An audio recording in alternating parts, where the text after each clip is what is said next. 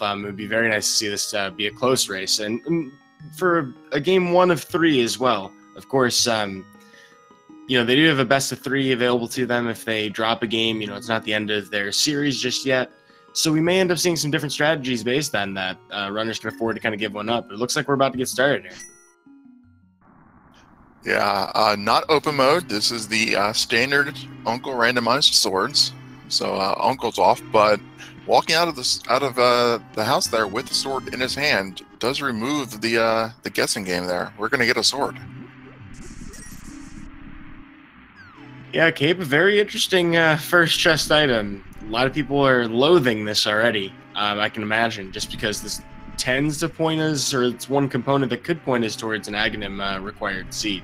We'll see at some point shortly after Escape, though, whether or not that's going to be the case. I got to think if you have Cape, you check, you know, Lumberjack Cape. We got a map check already. Yeah, a sword, a cape, and the lamp are the prerequisites to get into Aga's Tower, or 2 swords and no cape. So getting 2 of those 3 items as your first 2 items is that's a clue if I've ever seen one. Yeah, that's a really rare actual start. You don't see it too often, but sword start, very welcome as far as a lot of runners are concerned. This is probably the most comfortable regular start that you expect to have in Escape. And now that I think about it, out of the 100 or so races that I've seen this tournament, this might only be the 2nd sword start. I really have not seen too many of these. It's kind of refreshing at this point. Yeah, I want to say maybe the 2nd one I've seen as well. Speaking of things that you don't see too much, we got some sprite choices here that are interesting. I'm not sure what we have on the left just yet, but on the right we do have the ball and chain guard, and Troupster is about to destroy one in another minute or so. A little bit of fratricide is okay in the name of saving Hyrule from darkness. Well said, well said. So far, we're not finding much else here in Escape yet, though. Peace of Heart, definitely valuable health. Though, you know, I mean, we're not going to fill that heart container in this Escape. If we do, then we're really sorely hurting for items. Yeah, Taka already has his 1 bomb that we need for the back of Escape, and Escape pretty much these days is just about, you know, how much time you spend getting that 1 bomb, so you can, you know, full clear this sequence without having to double back here. 3 bombs there. That means that both runners are not going to have to do any farming unless they want to. Well, that's definitely a very welcome find. This early on, you know, they don't have to make any divergences like you mentioned. And then, of course, with a minimum of 3 bombs, they do have at least some of the access and some of the bombable walls in Kakariko as well. So a lot of early routing kind of already figured out. Pretty much an execution race to get to the end of the Escape. Now, one thing that if the runners are really thinking ahead here, they might want to do is still pick up those small magic pots in the back of Escape. They got a little bit of magic already, but magic is pretty hard to get to before you get the boots, and you know, can do a bong tree, or you can buy some potions. And if they do have to make an early Aga play, there might not be any magic between now and then. Yeah, and one other thing to keep in mind too is that when you defeat a boss, that will refill your magic meter. The thing is, though, is until we get to the Dark World, we might not even end up finishing any dungeons. There's a pretty specific item set required to get through the Light World dungeons. Right now, we don't have any kind of lift upgrade or flute to go up to the mountain. We don't have bow to finish off Eastern Palace. And we don't have a book or the other much more complicated method of getting into the desert. Yeah, Eastern is it's a nice place to go early if you have the bow. Most people are very comfortable sequence breaking the Dark Room and picking up that crystal. I think with a pendant Eastern, you're a little bit more likely to be willing to go in there without the bow, hoping to get some items and not coming back. But we have 3 crystals, none of which we can get to. Though, of course, we only have 2 items so far, and there's many more items in Kakariko and the southern route. So we got a long ways to go before we can make our first prediction of where they're headed. And of course, we haven't seen a map yet either in this escape, so there will potentially be another item in the sanctuary. Although, you know, for the few times that I don't see one in escape, it's very rare that I see one actually skip that chest.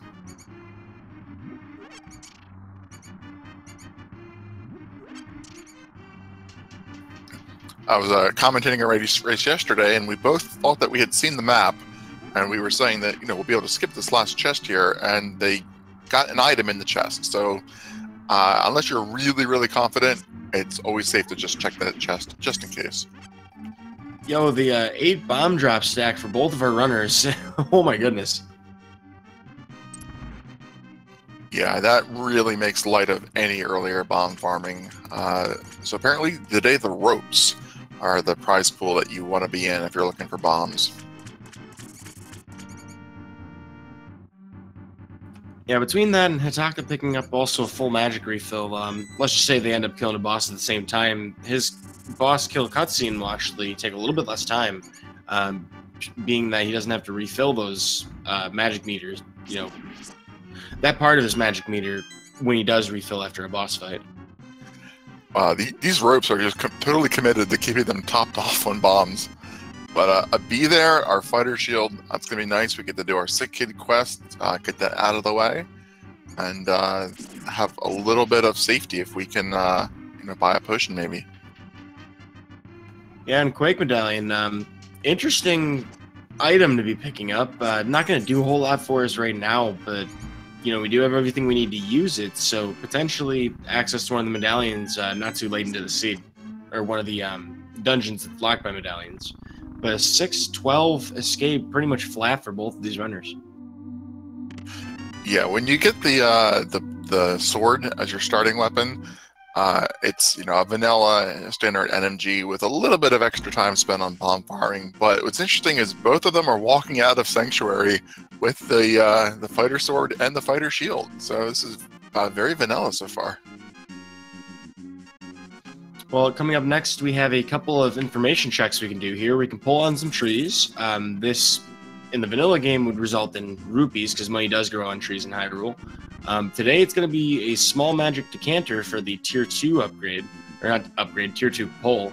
And the Hoarder's going to give us green rupees, so not much that we're too worried about, but RNG coming up green right now.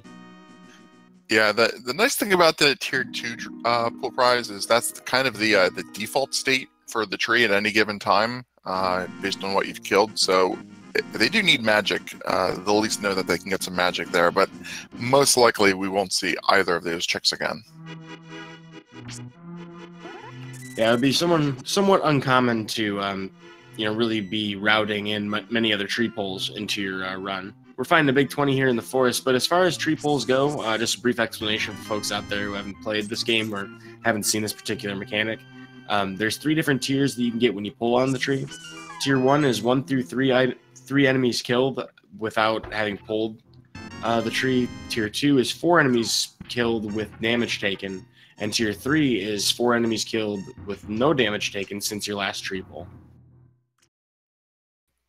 Yeah, and the only thing I'll add to that is that unlike the vanilla game where those are static prizes, blue rupees for the middle and red rupees for the top, I think hearts for the lowest one, these are randomized in every seed, so the Tier 3 isn't necessarily better than the Tier 1. Yeah, that is interesting as well. And just as a quick aside of that as well, it is actually green rupees for the Tier 1 in the vanilla game. So we actually found heart refill actually for this Tier 1, which is interesting.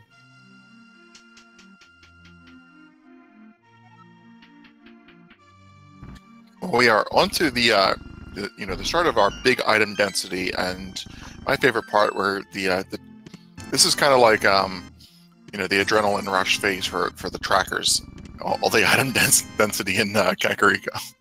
Just a bug net here in Blindside and some more bombs which they cannot even carry. Yeah, we also picked up another heart container, and we have halved out our first heart container through heart pieces, it looks like. So I missed it, but I was going to mention that chat says we did see the stun prize. So there's 2 stun prizes. There's one with the boomerang or the hook shot, and then there's one with ether and the ice rod. So there's a frozen and the non-frozen. In this particular seed, heart upgrades are heart refills are the non-frozen stun prize, and that can really come in handy if you don't have powder, you don't have red mail, you're low health, and you're in a dungeon. Being able to get part refills whenever you need them can really come in handy. So that's valuable game knowledge. Well, we're off to a good start with safety so far, and looks like Troupster's remembered you can sell this bee, and we'll end up doing so, talking to the merchant to get an extra 100 rupees. So his life lesson doesn't cost him.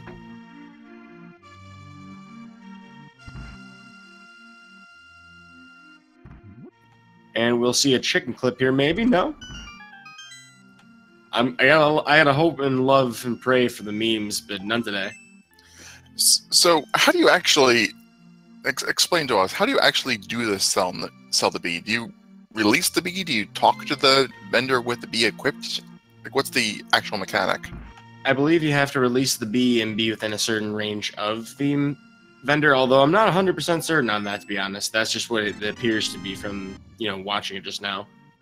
It's something that I normally don't do myself, but recently in this tournament, Troupster and others have shown me that's actually a thing you can do, and it saves you the money that you normally spend to check that item. Yeah, I'm not sure on the actual mechanic. I believe I tried it once and it didn't work, but I see the runners right now pull it off.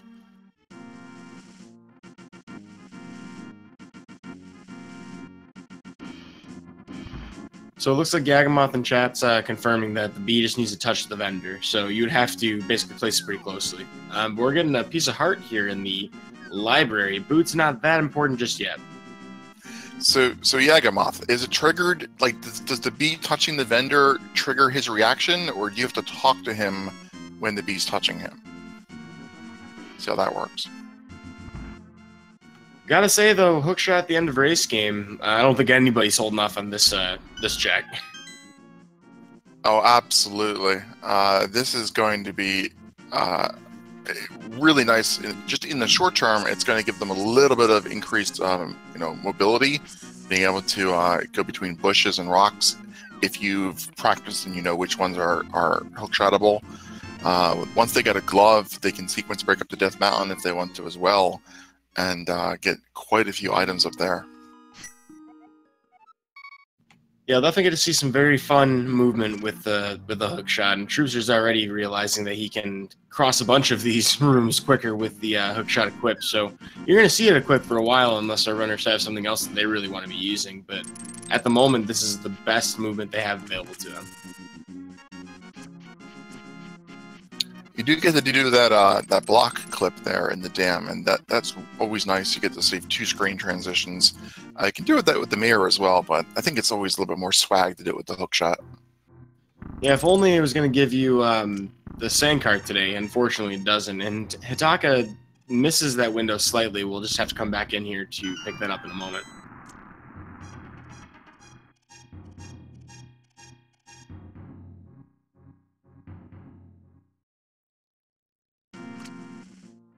Well, nothing but the soggy blues out of the dam today, but we do have Mini Moldorm Cave, and hookshot's really handy for it. And we're replete with bombs today. Wow, an 8-bomb and a 4-bomb drop. If they didn't have the hookshot, bombs would have been a great way to kill them. But there's our first glove. Sorry about laughing over that, but then the lamp as well. But just bombs left and right. I know. Bombs and bottles too, up to 3 freaking bottles in 13 minutes. Bombs, bottles, we need boots for added alliteration here.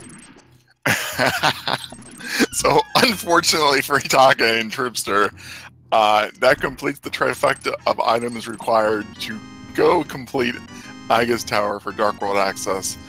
They are still 2 items away from being able to skip Aga. They need the hammer and the moon pearl, or the moon pearl and a second mitts upgrade. So not looking so hot right now for the Aga skip. Good news for those of you out there who are hoping for it, though. There is Death Mountain available to us now. Not a whole lot of it, and 10 arrows not going to really progress us much further up the mountain. A mirror would make that much easier to deal with. Yeah, you're right. We have, logically now, we have the Old Man, the Spectacle Rock Cave, and we also have, the Spiral Cave and Paradox Cave, so there's quite a few items up there. When you're in a situation like this, Yuda, I think that if you have only a little bit left that you need for Dark World access. You might even consider, sequence breaking, fake flippers and additional areas, in the hopes of saving that 5-minute tower climb. And another thing that I'm surprised to see is that nobody wants to check with Sahasrula first before coming up here. If there's a chance to say the Mitts were over there in his hut, or even like Hammer or something else we would want to have to navigate some of the Death Mountain, that'd be a pretty handy check to be making ahead of time. But looks like both of our runners are going to head straight up the mountain, so we're going to find out what the old man has for us in a moment. Yeah, Hammer would have been nice. Hammer or Mirror would have let them complete Tower of Hera while they're up there, and the Mitts, of course, would have let them do a little bit, although without the Moon Pearl, they're still locked into just Super Bunny Cave. So, probably Hammer or Mirror would have been the better pick up there. Either way, though, it would have been actually, you know what? The more I think about it, I think going directly to Death Mountain is the better play.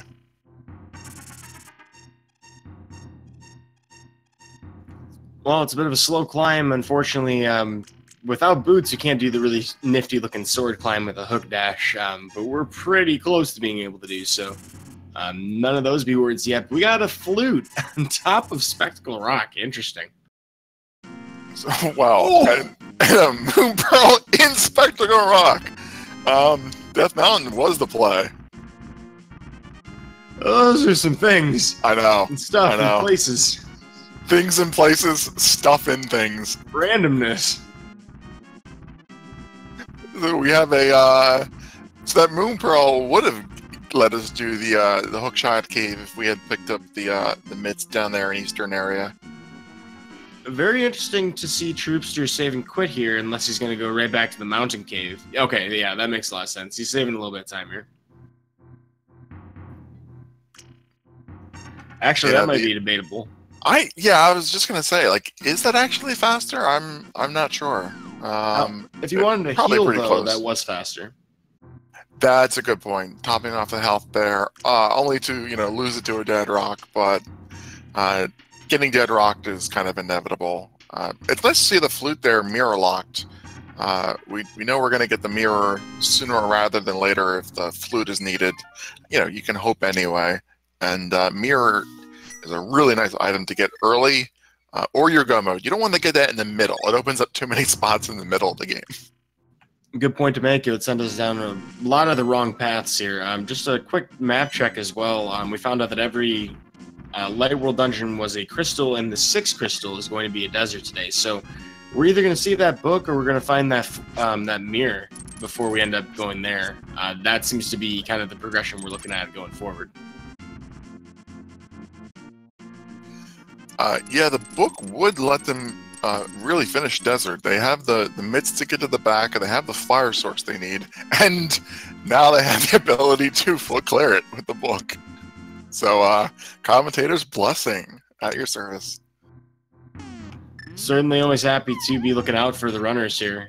Master Sword and book, I mean, that's pretty cozy overall, but beyond the sword itself, not a whole lot to kill Lammolas. I'm wondering if runners would commit to doing just simply that Master Sword Lammolas. Oh, absolutely. I mean, when you think about it, NMG being a fighter sword Lammolas, you're already a whole sword upgrade ahead, just right now. So that should be a fairly trivial fight. They also have much, much more health and the blue mail, so I wouldn't consider that to be a worry. My worry is, how long is it going to take us to get into the Dark World? We just have so many Light World areas opening up at the moment. I really thought that you were talking like that sentence is going to end, and how in the world are we going to finish up this Spiral Cave? Because Troupster right now is currently in Pump Cave. He does not have boots, and this is a pretty long walk of shame. I remember watching a Plando one time that a runner was doing, and as you'd expect, the boots were at the very end. And it was like an hour and a half of just, oh my god, how much more pumping do I have to freaking do in this scene? That reminds me of the Adventure of the Lost Boots, or there's a Plando by a name similar to that. Maybe we actually played the same one, but shout-outs to some of the old-school Plandos that used to be around back when everybody was still using Hyrule Magic to make them. Yeah, they could still be pretty fun. And in the Randomizer Discord, under the I forget which channel it is, the Customizer channel. There's a whole list of plandos, and if anyone's looking for an adventure one day, it's a nice way to spend an afternoon. Yeah, shout outs to anything made by Wizrobe. You're in for a treat. So, Troupster checking Eastern here. I'm really kind of hoping for the Mitts at this point, just to make that Death Mountain play you were talking about. But nope. And then, of course, there is Eastern Palace itself. Without that bow, though, not a very appealing thing to check right now. But having checked the mountain, not much else to do unless you want to go after Aghanim or dive right into desert. I mean, that's not that bad of a decision to make either way, but it looks like he's heading towards Eastern Palace. He's going to walk in. Well, I mean, this makes sense if you're going to come over and pick up the Slasherella items, you know, to go into Eastern, because without the boots or your flute, it is a walk. But Desert does have 4 items in that area. You know, 2 in the palace, a Genus Cave, and the ledge, and they can full clear and pick up that crystal. So that's definitely a good play at this point. Well, here's a potential divergence here. Hitaka has saved and quit out of Sahasrala's hut here, so interesting if that's a move straight to the desert. And we find the Fire Rod, which would be a really great thing to have before going to desert. So Troupster has a nice weapon advantage right now. Wow, Fire Rod in the first Eastern item, very nice progression. And of course, I do have to correct myself. I did forget desert can be boots locked. And that could hinder our progress. We could pick up only 2 items in that area. Very easy thing to forget. Which, knowing where the flute is, I mean, I suppose it's going to be a time loss either way, but to make that slow walk the check, I'm just curious to see what we're going to get out of Agina's Cave here. I think that's going to be something of relevance. Yeah, I think that if you're the runners at this point, you're not thinking so much like how long does it take me to go to Agina's Cave. You're saying how much time can I potentially save from skipping an Aga Tower commitment? Because I think that's really what you're weighing at the moment is Aga Tower. And the seed certainly has been generous with bombs, so we're not afraid of using one here in Agina's Cave. But the item today is not even Sankart. Yeah, they're definitely getting into the, if they're not already there, at the comfort zone when it comes to health. 7 hearts and the blue mail is enough to get you through most situations that a bracket runner would be concerned about. Yeah, there's a lot of even more difficult lower percent fights that, you know, in the randomizer you get pretty used to using.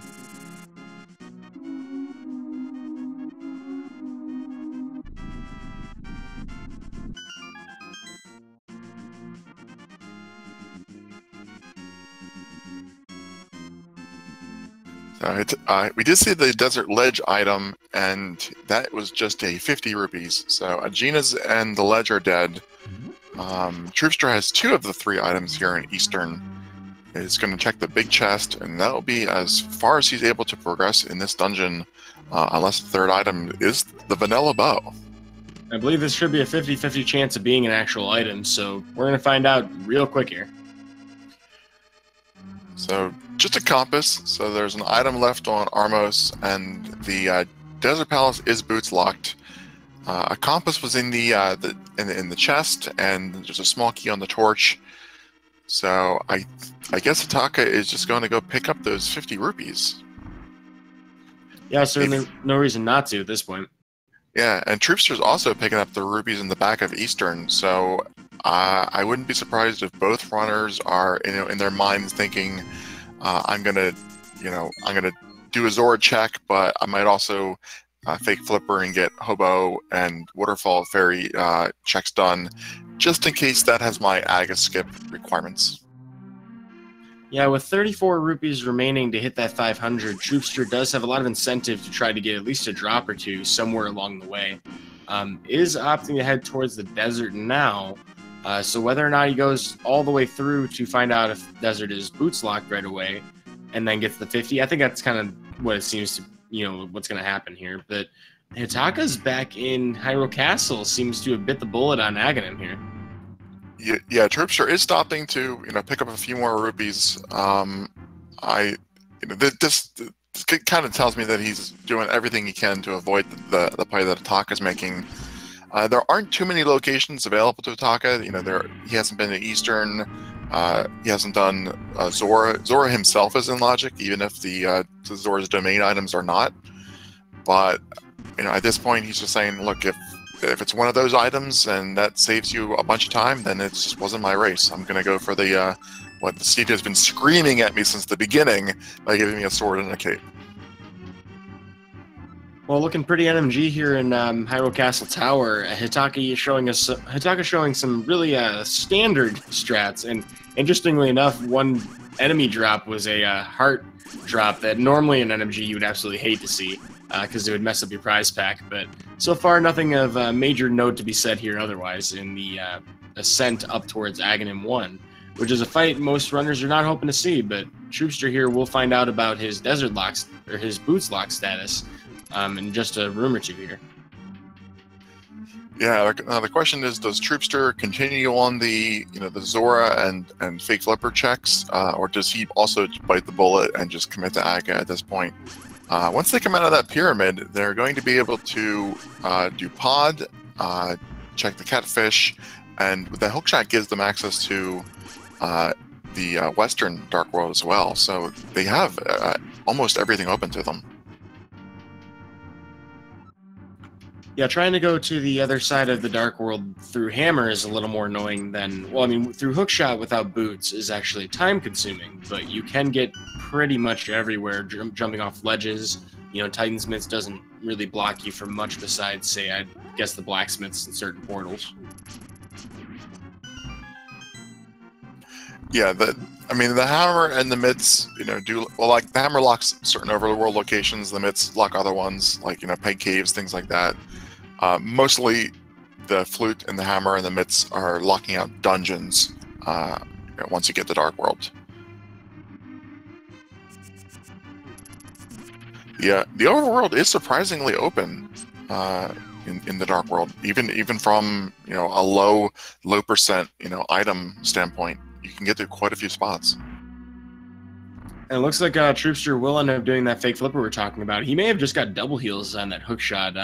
I didn't catch that, but if you hookshot a heart container on the ground, sometimes you'll get twice the heal from it for random reasons. The game is perfectly programmed, of course. Yeah, of course. An Aghanim fight here.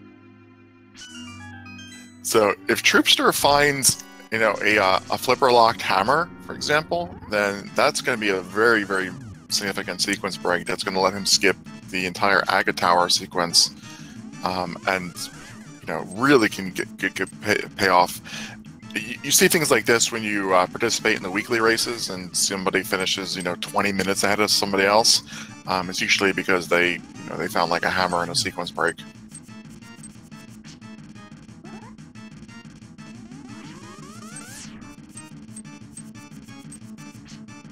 Well, so we have a question in chat about, Hitaka doing Aghanim here without the mirror. If you were to save and quit, it would take you back to the light world until you have that mirror.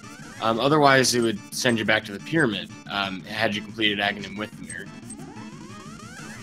Yeah, that's always an extra thing you have to be careful about. Once you pick up the mirror, you have to mirror, then save and quit, or then save and quit, mirror, and then save and quit again. It definitely makes it a little bit harder to get back to the light world. However, we do know that the flute is locked behind the mirror, so it's very likely that we would simply save and quit to the mountain, pick that up, activate the flute, and then the question becomes a bit moot. Yeah, it can actually be a pretty nice shortcut sometimes if you want to get back to the pyramid. You can just save and quit from anywhere in the Dark World and get back there. Well, in the time that Troupster's been checking all these things, we're getting to the pyramid, and it's just a quiver upgrade so far on the pyramid. Hitaka probably hoping to find something else, and Love Cave for Troupster, so kind of a bust, but he will get a bottle refill in the process. Yeah, no sequence break from this fake flipper. The fairy gives us a free non-magic bee, so we can't even sell that. So unless there's progression here at Zora, this trip is not paid off for Troupster, and he's going to have to go back into Aga. Now, I think it would be almost hilarious if we saw the mirror here at Catfish, because Hitaka would be making very efficient checks. Oh god, a mirror at Catfish and then vanilla flippers would be really fun. It looks like Troupster lost the water walk as well by taking damage from one of those Zoras, or jumping out of the water, I mean. So we'll have to go the long way around here for turning in that 500 rupees. Kind of curious to see what we're going to get from Zora today. Going the long way around is much better than getting soft locked. When you're doing fake flippers and you get hit, you can just die. So being knocked out into the water, whoa, wow, okay, that's pretty close. That's stuff and things randomizer, folks. Flippers at Catfish teaching us how to swim in the Dark World, kind of the Dark World counterpart to Zora King himself. Yeah, that was the wrong fish, but it was pretty close. So Hitaka at this point.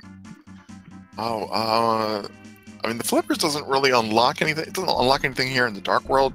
They can't get into Swamp or Ice Palace, and I doubt he's gonna, commit at this point to doing Overworld Zora's domain checks.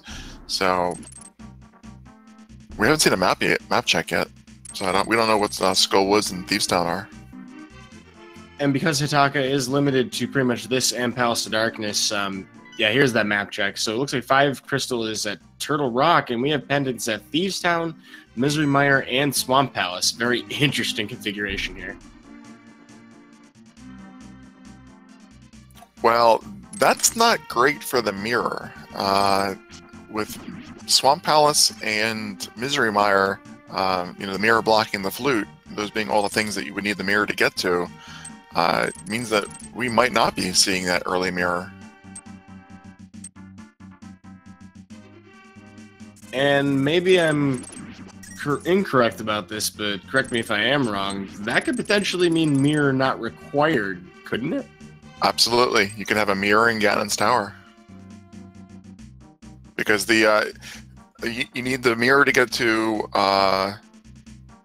the Swamp Palace, which is a pendant, and you need the mirror to get to the flute, and Mire is a pendant as well. So it's entirely possible we might never find it, and that's definitely a shame. Like I said earlier, you want to find that early because you can route in locations like Cave 45, Graveyard Ledge.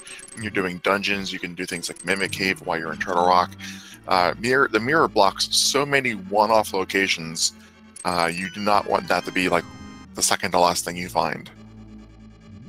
We're also getting pointed out in chat that Hitaka does not have that fire rod to complete this dungeon, has not made his way into Eastern Palace, so not a whole lot of reason to even consider the back half. Troupster and his way through will be able to do that and complete it for a crystal. That's a very good point. Just checking the front of Skullwoods, though, the nice thing about Skullwoods is because it has 3 different entrances, you can come back later and just go directly to the boss once you get that fire rod. You're not really losing too much time by doing a front check, and maybe you find some nice progression item here. Skullwoods used to be the Value Woods was the meme, I think. You would always come in here basically every single seed. Yeah, despite it being only 2 items, it always seemed to have at least something of value. For all reasons, it seems to be because of how accessible it is in the Dark World as soon as you have it, Dark World access, but version 29 hasn't really proved to live up to that. Well, version 29 did remove the bias towards items being in dungeons compared to the overworld. So that makes it a little bit less likely that Skullwoods is going to have something. And like you said, with only 2 items, and not necessarily even 2 that you can get to without the fire rod, they could both be in the back. We've seen many fewer checks in Skullwoods early on. Thieves Town being a pendant, they don't have the hammer to get that that Thieves Town big chest item. So another potential gamble there. Looks like Hitaka is going to get as many things as he can in the overworld before making that choice whether he has to go in there. I tend to agree with this a lot. Thieves Town is definitely 4 chests that you can check immediately. One of them is going to be big key no matter what. A very decent chance of finding progression there. I'm happy to not see flippers there because we have found those flippers. That seems to be a popular place for him in Turtle Rock as well. Yeah, Hitaka's not in a good situation here. He does not have a single dungeon in the game, pendant or crystal, that he can currently full clear.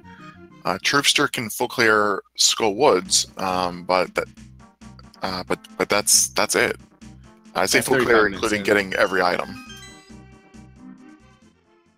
Yeah, that's a good point to make. I mean, 35 minutes in, just finishing Aghanim, you definitely got to feel like, hey, you know, somebody else could have done Aghanim already, which we know Hitaka already did. Not a whole lot to be found yet for it, but definitely a hefty advantage of checking the Dark World here. Yeah, with Eastern as a crystal, Hitaka is going to go over there eventually and pick up that fire rod. We know that the bow isn't in Eastern Palace. So he's going to find the bow elsewhere, and that will lead him there. Fire Rod only locks Skull Woods and Trinex at the moment, so unless the bow is on one of those two spots, then he'll probably find it elsewhere. So that won't be so bad. He just doesn't really have any obvious place to go at the moment. You know what would be really lousy is if Mothula himself or the chest in front of Mothula held that bow. Yeah, that's kind of what I was thinking and not explaining well. If you have to go to Eastern to get the fire rod, then back of Skull Woods to get the bow, and then back to Eastern to clear it, at this point that would be a massive advantage for Troupster, because Hitaka, might not dip Eastern until he actually has the bow. We'll probably try to do a pod Eastern combo and full clear those. That would be the convenient way to take care of our routing here, but pending that mirror, we don't have much reason to think it's going to be the case. I'm kind of curious. I mean, looking at what we have available to us, Palace of Darkness is accessible, not completable. But we could potentially find either bow or mirror in there. I'm wondering how long it'll take for our runners to check that, maybe after they've done Thieves' Town. Troupster is making the long walk back here. Maybe he's heading towards Palace of Darkness right now. He has his hook shot equipped, though. Yeah, I think we'll probably go across. The risk with Palace of Darkness is that it could be bow locked. If the very first item is not a small key, then you're not able to progress in that dungeon without doing a sequence break. If they have a potion, you can sequence break the bow locked section and at least pick up every item prior to Helmsword King. And if you're in this situation, I think you basically have to go in there with a potion and the intention of doing that sequence break. Otherwise, it's a lot of time for just one item.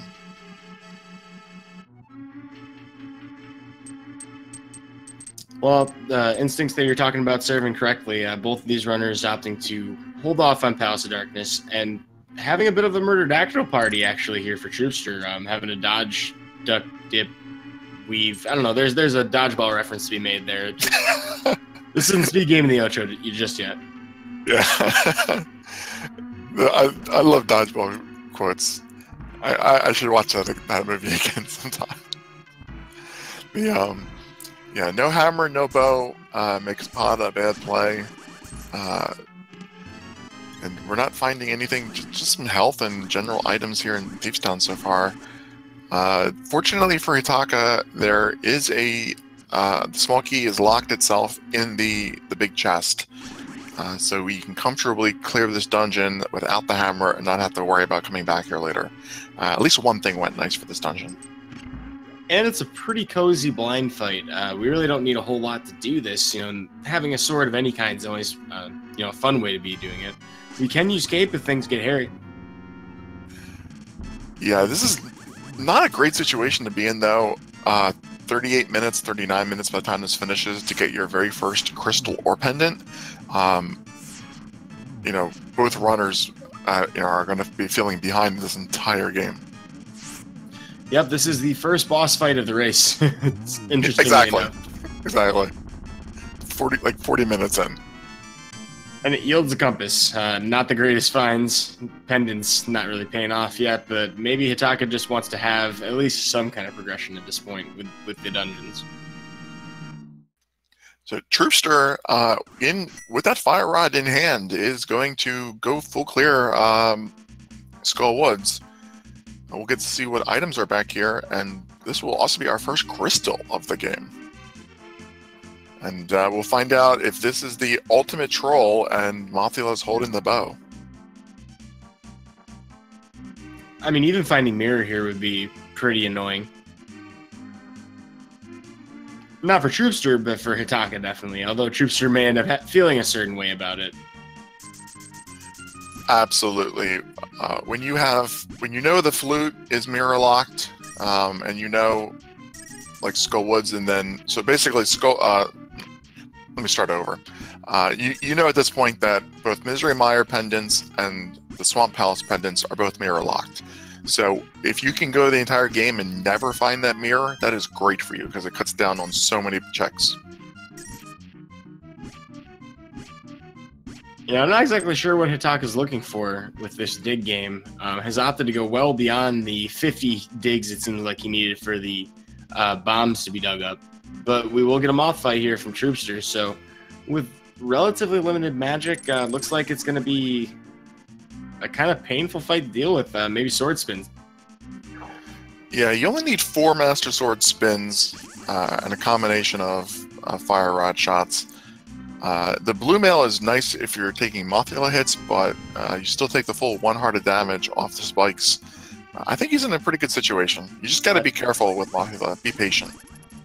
Well, that was a masterful fight. Well, I guess pun intended. I don't think we checked the maze item yet, though, have we? No, we're going to have to go back for that. Hitaka did the digging game, didn't find the rupees he was hoping for, going over to give us our first hype cave check. Of course, we know we're just going to get 50 rupees from that Zora play. Opting to burn a bomb here, maybe not really realizing the distance that he was throwing it at, but it gets refunded immediately anyway. The seed has been generous with bombs. Speaking of which... Oh, and there's our bow. Nice. So we got the bow and the hype cave as well as the red mail. Troupster at the same time picked up the temper sword in the last Skullwoods item. Very nice finds from both of them with divergent routing. Now this could lead Hitaka to go to Eastern. It's now full clearable, and he's going to be able to pick up that fire rod. Makes this a great play, and that looks like where he's going. And it'll naturally lead him to picking up the tempered sword as well. So this chain working out pretty well for both runners, really. You know, the double dip in a swamp Skullwoods never a perfect thing to be doing, but it's not a big time investment either way. And having that tempered sword will make every boss fight going forward a lot easier. Thieves Town, interestingly enough, the only place where a sword upgrade wouldn't make a difference. Absolutely, that worked out very well. The Master Sword really isn't that bad to go with it for a while. But temper does make a pretty significant difference. You can make do with Mastered if you have to, though. Absolutely the case. And with Aghanim done, actually, this may become more relevant even, because the overworld's upgraded in difficulty here in the light world. That's a good point. With Hitaka at red mail now, and even Troupster at blue, they can just kind of muscle their way through a lot of these fights.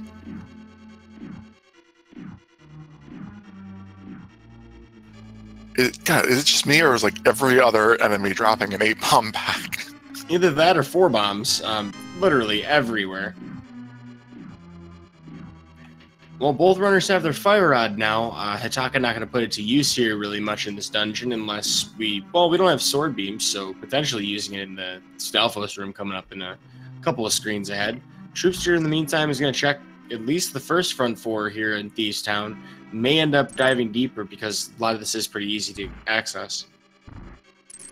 Yeah, we didn't find any value here in Thieves Town, so unless this turns out to be a pedestal seed and we require that blue pendant, this is not going to pay off.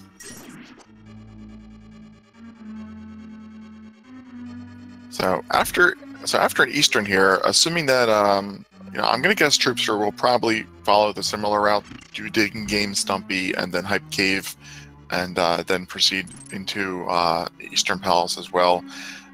There is still one item, I believe, on Armos Knights, but I don't know, Troupster might put it off since he's already been here and try to combo with Pod later on. Yeah, if you're looking for that mirror, Palace of Darkness doesn't seem that unlikely now that we have found the bow. Yeah, that's a good point. From Hype Cave, Troupster might just walk over to Pod. It looks like Troupster's setting up for a Death Warp.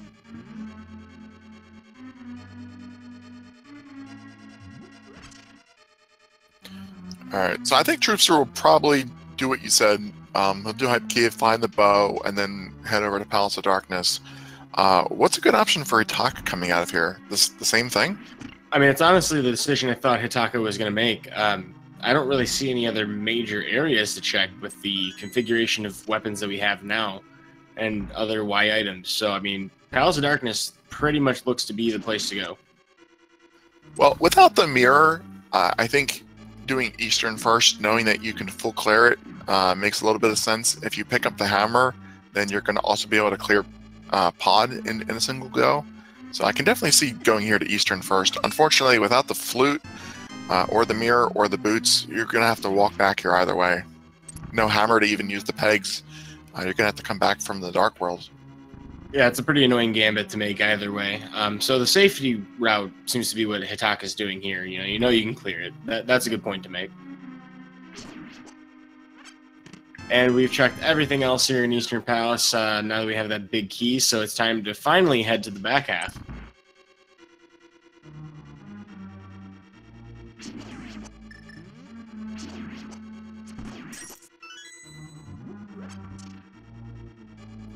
Well, Troupster's wasting no time doing extra digs here in the dig game. Finds those blueberries and bombs his way out of there. Yeah, biggest differences between the runners at this point. Hitaka's done Hype Cave and is working on Eastern. Troupster's done a little bit more overworld checks. He's done all of Zora's domain. He's already done Eastern Palace, and he's on his way into Hype Cave now. They've otherwise done pretty much the same things. Troupster's picked up the Skullwoods Crystal as well. Well, Eastern prize pack drops all over the place for Hitaka walking into the Armos fight. Lots of arrows to work with, not really going to stop for much else. Looks like bottom right strats here for the Fasco. Yeah, it's a pattern that you typically see with the Ice Armos fight. Works just as well as the other one. And we got our last item, which is the mushroom. Without the mirror or the flute, that's going to be a little bit inconvenient to turn in immediately. Yeah, and anytime you see a fetch quest at the end of a boss, not exactly a fun find ever. So, Troupster saving and quitting there from Hype Cave instead of walking over to Palace of Darkness. Has the flipper, so could have swum over if you wanted to. That might not be his intention. He might be going for the last item in on Armor's Knights as well. Now, of course, if this mushroom is valuable, that'd be pretty awesome for both of our runners to find. Hitaka here jumping into Lake Hylia, apparently to check Hobo, or the Hobro as you may call him, which we found out earlier wasn't too important. Yeah, Hitaka finally has enough money to do this Zora check. We saw Troupster fake flipper this area earlier, so we know everything that's up here. There's no progression, but there are several items here that Hitaka can get out of the way. And he doesn't know that there's no hammer or mirror up here. Just we do. Yeah, unfortunately, having not done Eastern Palace, or at least the back half of Eastern Palace yet at this point, Hitaka will not be able to turn in the mushroom while doing these checks, which would be a routing advantage over Troupster here, but Troupster will manage to keep that time save advantage over Hitaka on that particular check.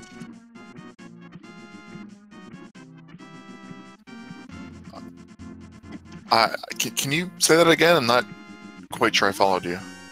Well, so Hitaka would be able to walk back to the Witch's Hut to turn in the mushroom had Hitaka already done Eastern Palace before doing these water checks.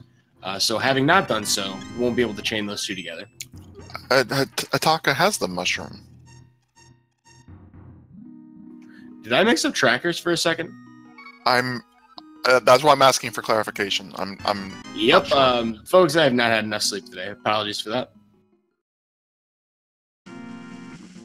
All right, so basically you were saying earlier on when Troupster did the Zora's Domain stuff, he didn't have the mushroom at the time, so that was less optimal. Precisely. That is exactly what I took way too many sentences to Okay, well, I'm sorry. I wasn't trying to point out an error. I was legitimately confused. No, I'm glad you corrected me, because otherwise I would have stood. Well, yeah, we're on the same page now. Fast forwarding several minutes later, Hitaka is at Zora. Hasn't turned in that mushroom, so as Eudemystic said, can do that now if he wants to. Without the saving quit and make me look like an idiot. Well, that said, there's no great way to do it. It's still a long walk back for one item. At this point now, I'm hoping, for the sake of Hitaka having really put me in my place, I'm really hoping that something important's there. Yeah, he might want to save it for a fake powder. I think it's actually quicker to do the save and quit, go to Link's house, and then take the portal, the warp point right below Link's house, up to the witch's hut.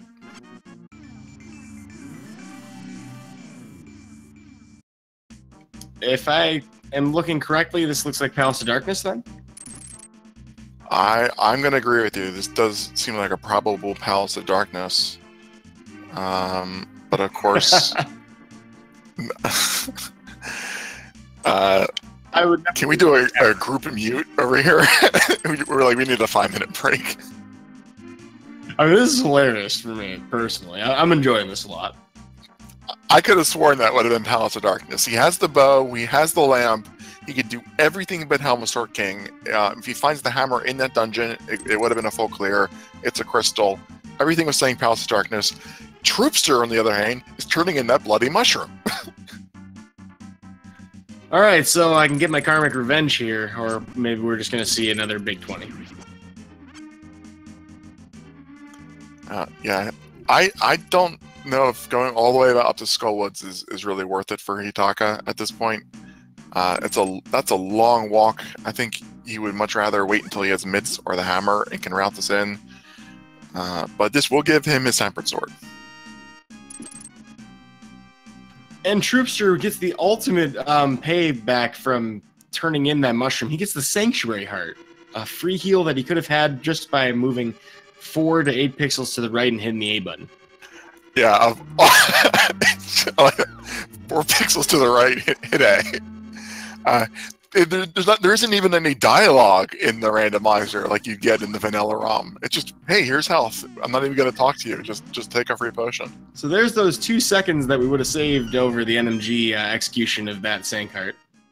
That is the least optimal place for the Sank Heart to be in the entire game, right next to a health refill. Yeah, that or on a boss kill. It is even worse than an old man having Sank Heart. You raise a really good point. Well, we're going to pull Trogdor strats here in Skull Woods here. We're going to burninate every one of these peasants and walk right through the store. Yeah. Troupster, finally, somebody is going to Palace of Darkness.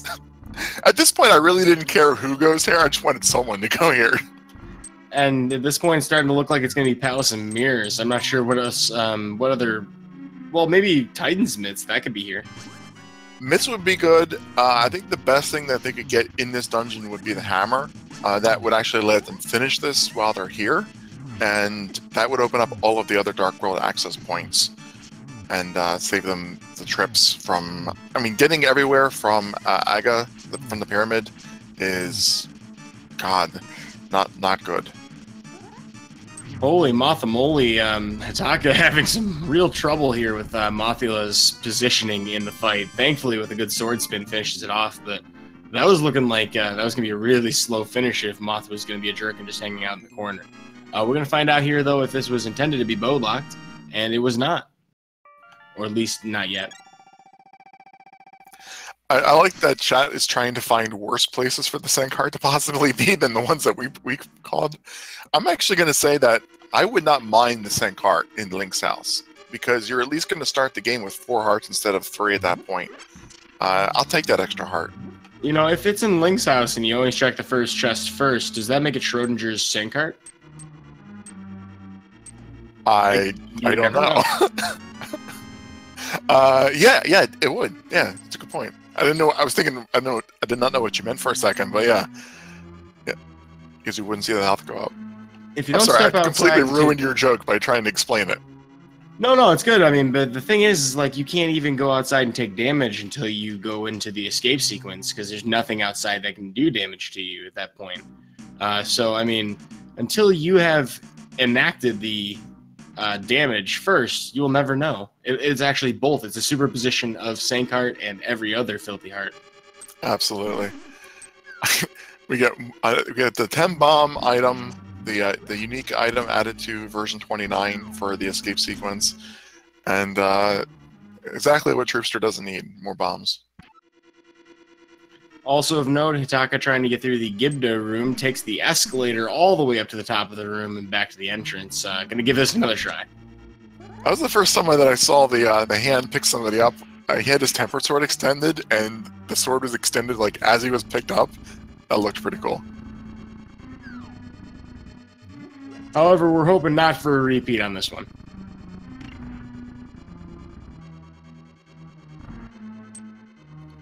So I thought Hitaka came up here earlier and found the front items, but I guess he did maybe just the very, very first chests before heading down the Thief's Town. He's got both of them now: Red Rupee and Tempered Sword, done in Skullwoods, and that's 2 crystals for both of our runners.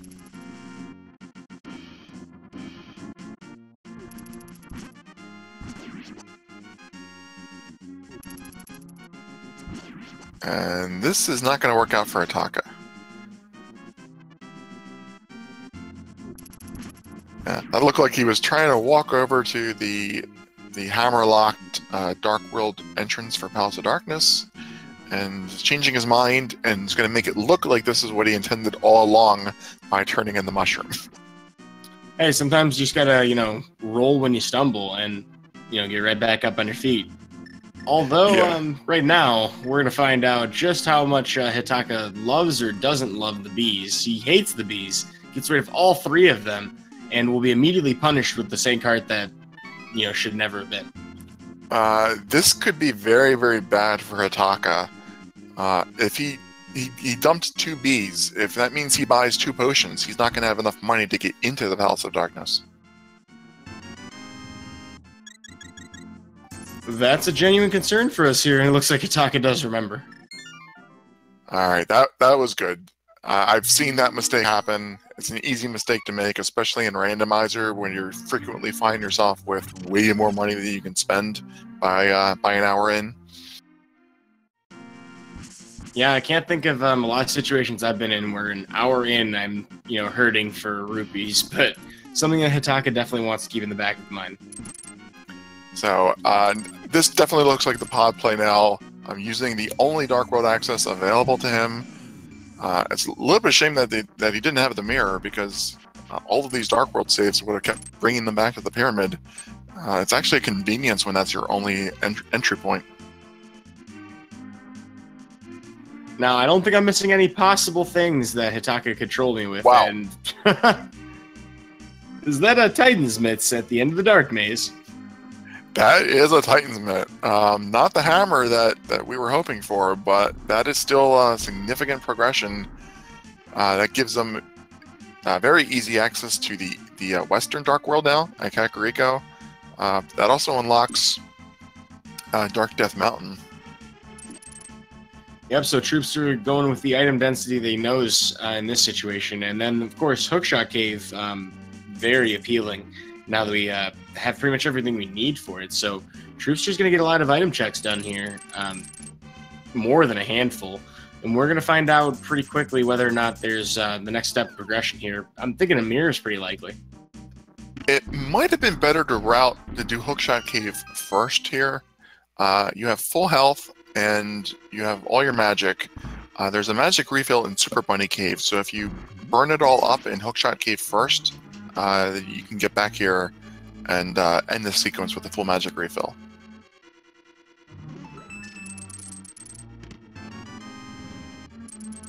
Well, we're going to the top of Super Bunny Cave right now. We got a couple of chests to check here while we're here. No mirror, so no block clips or anything like that. This is one of the few caves in the game where you can do the mirror erasure glitch. Or I guess you could call it just the sprite despawn glitch. Yeah, I don't have a name for it. I just call it the use the mirror while you're pushing the block and the block goes away glitch for some reason. Yeah, it's interesting. The game turns the block into a sprite in the middle of that, movement animation, and because of that, you can override it with the mirror's usage. It's kind of strange, but you can also clip through things if you're at home trying to find different ways to save time. You can shoot a fire rod through a moving block. You can shoot a hook shot through a moving block and get pulled all the way through it. Yeah, the hook shot and fire rod ones, that makes sense to me. It's changing from like a sprite to a transitional item or something, so it's not really there. The mirror deleting it altogether, I just don't get that one. But ice rod here in Hookshot Cave, 3 bombs, 10 arrows. Our last item is just a red rupee. We do not yet have access to Turtle Rock. It's the Quake medallion. We have the medallion we need, but we don't have the hammer to get up there. And then, of course, get anywhere in there. Yeah, between those two items, I mean, we're kind of narrowing down the field of where those could be. Well, I definitely think it's nice that they got the ice rod there. That is the most isolated item in the game. That can be anywhere in the game, but on Trinex. That and the bow is second, so they have the 2 trolliest items out of the way at this point. Hammer is going to lock so many things that they're going to find it sooner rather than later, and the cane can't be in Turtle Rock, so they'll pick that up. Did I hear you correctly saying that the nice rod is the isolated or most isolated item in the game?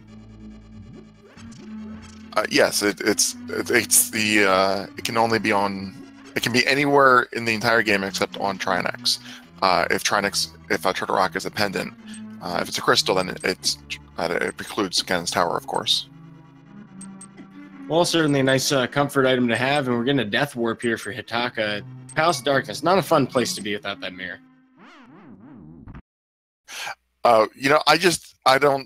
My brain doesn't think in puns. I'm sorry. Oh, don't worry, Elminster's out there either chuckling or, possibly scoffing at me over that one. I'm trying to do a code commentary with cross product, and I'm friends with cross product, and we're seeing if we could do one of Jet's races together, and it would be fun, but everything is going to go over my head. Well, speaking of things going over heads here, Hitaka not opting to do a bomb throw here on the collapsing bridge. I'm kind of surprised by that. Maybe not intending to pick up those Titan's mitts, but that's just a small time optimization. I'm just surprised to not see it with the bombs already equipped. Yeah, that's a good point. Doing the bomb jump is one thing that if you haven't practiced it, it's not really that big of a time saver. Especially if you're not in in key sanity, but throwing the bomb over there isn't really that bad.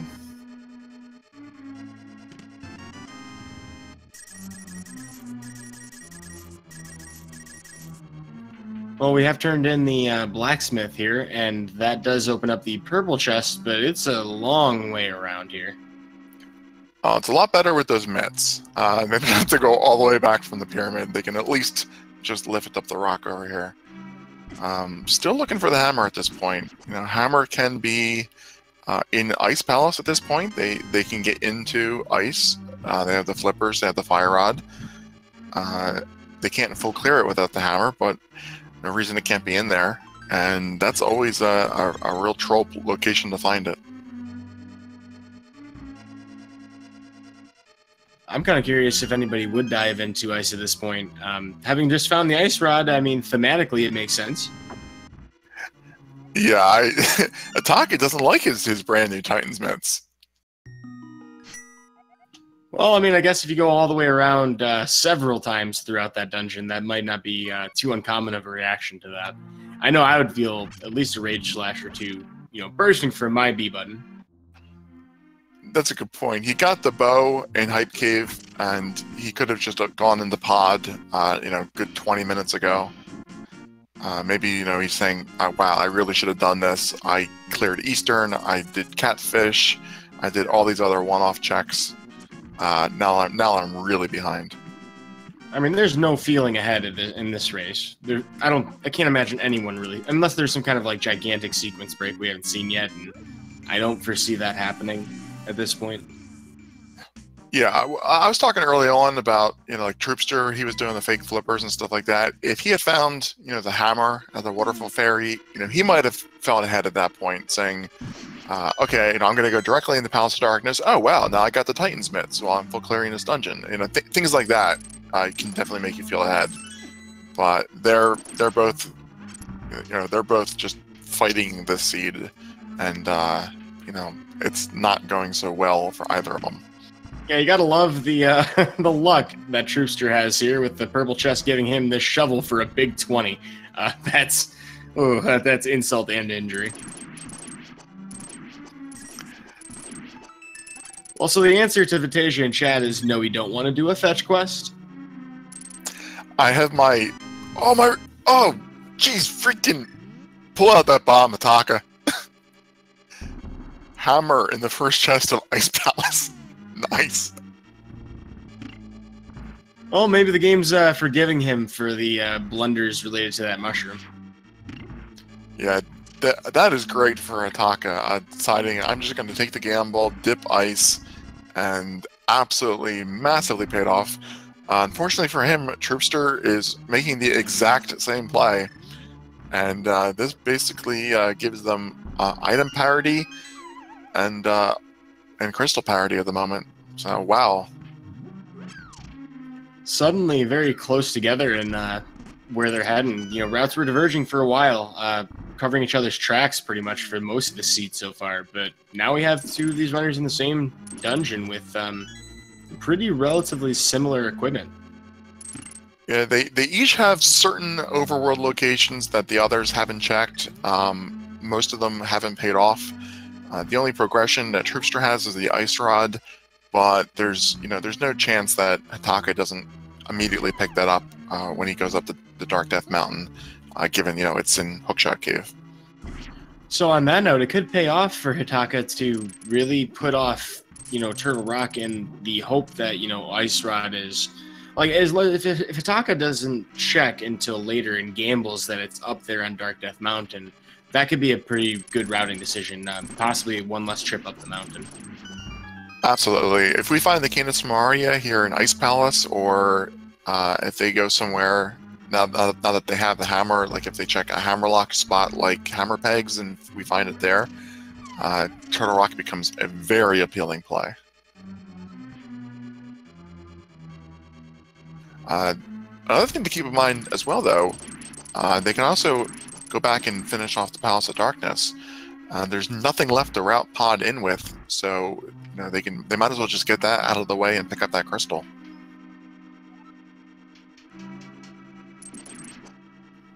They can get the Tower of Hera as well now, and that's yet another crystal. That's going to give them, without the mirror, they're going to have to do the Light World Death Mountain separate from the Dark World Death Mountain. But a lot did open up with that hammer. Yeah, so a lot of choices available to our runners here. I'm kind of curious to see what they're going to do after this dungeon. We get our Butter Sword. That's marginally better than the Tempered. Yeah, hammer and a Butter Sword, 2 out of our 3 items so far are nice. Very, very nice. This dungeon is absolutely paying off.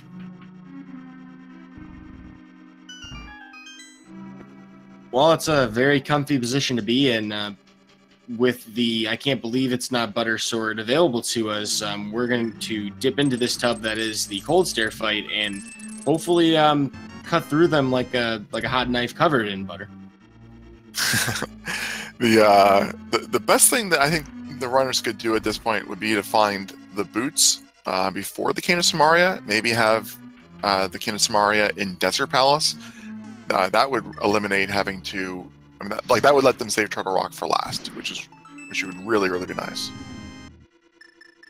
But I don't know if the seed is going to be quite that generous. You know, it sent us on enough loops already, and Hitaka opting for a bomb jump just to brute force through the faster way through the dungeon. Kind of having some issues with the setup, but it looks good from my angle. Yeah, that one, it's actually pretty generous on your positioning. This, you know, I'm not going to blame the seed on this one, Yuta. The seed gave you the cape in Link's house, and you saw the uncle walking out with the sword. So within a second of the game starting, it was basically telling you you have to go clear Aga. Troupster has nobody to blame for delaying the Aga play. You know, I think that's a pretty fair claim to say. Man, ice movement without the boots, though. This is a pretty painful dungeon.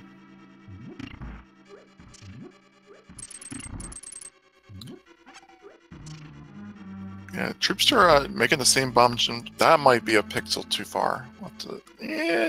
Pulls it off. And we have very brief high five, possibly through the door frame there. Hitaka has the big key here to check this big chest, though. He has a small key further. I don't think there's any other items to check, so jumping down to Cold Stare now. Yeah, I think that's just an item left on the boss. Able to not use the big key or that small key, having done the bomb jump there, can just fall right down. They do have full magic. Gonna have to be careful though. You need all 8 of those shots to land. Well, I mean, we may end up getting yellow snow strats instead of fire rod.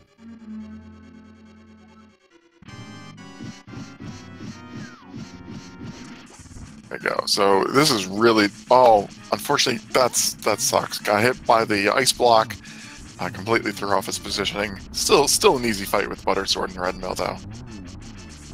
Yeah, if you were watching an NMG run for this, that would be a very tense, clenching moment right there. But with those weapons and armors equipped, really not too bad. We're going to get a Cane of Samaria for it. Wow.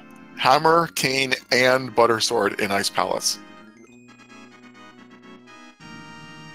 Stuff and things and places and, with people blocking them logically.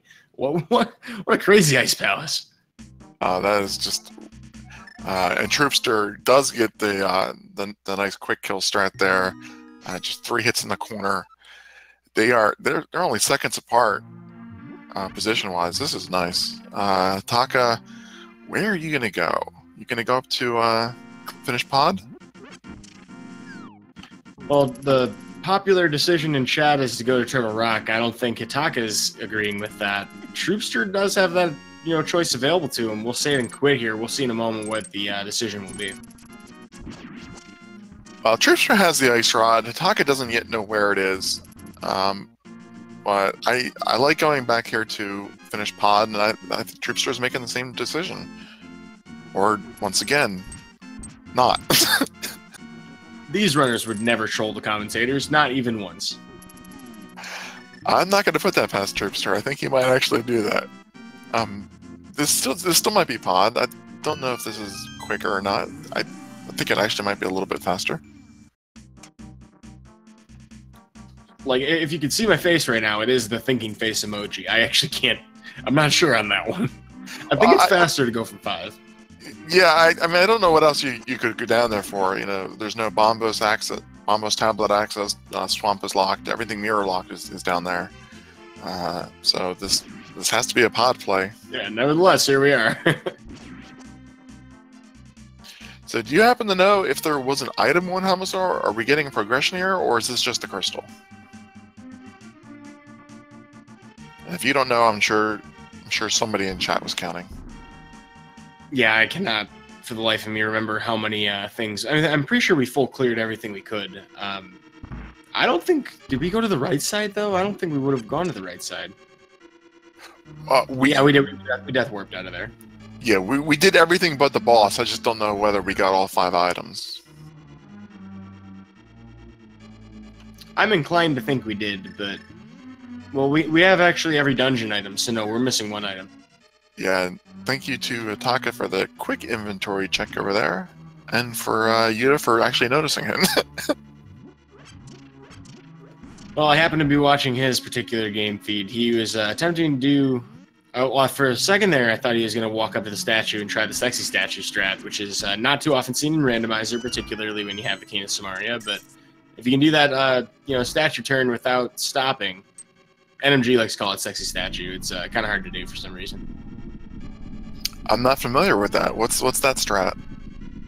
Oh, you literally just have to, when you're pushing the statue to put it on that switch, you just have to round the corner to push, like change directions while you're pushing it without stopping the push. It's a time save, very small. I have seen that. I didn't know it had a name. I thought it was just push the statue from a different direction. Hey, shout outs to Hiei, who one was definitely introductory for a lot of folks into the Randomizer community, but two is a scholar of these swag strats. Well, is it a turtle party? It's not a pizza party. I'd go for some pizza. Nice clean turtle room there from Hitaka. Troupster only a room behind.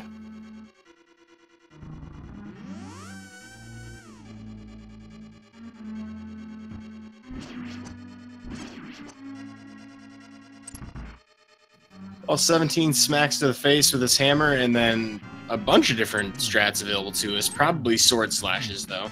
And this will be a pretty fast Helm Sword King. Absolutely. Correct me if I'm wrong here, but I think the only item that we know for a fact is still required that we don't have is the boots.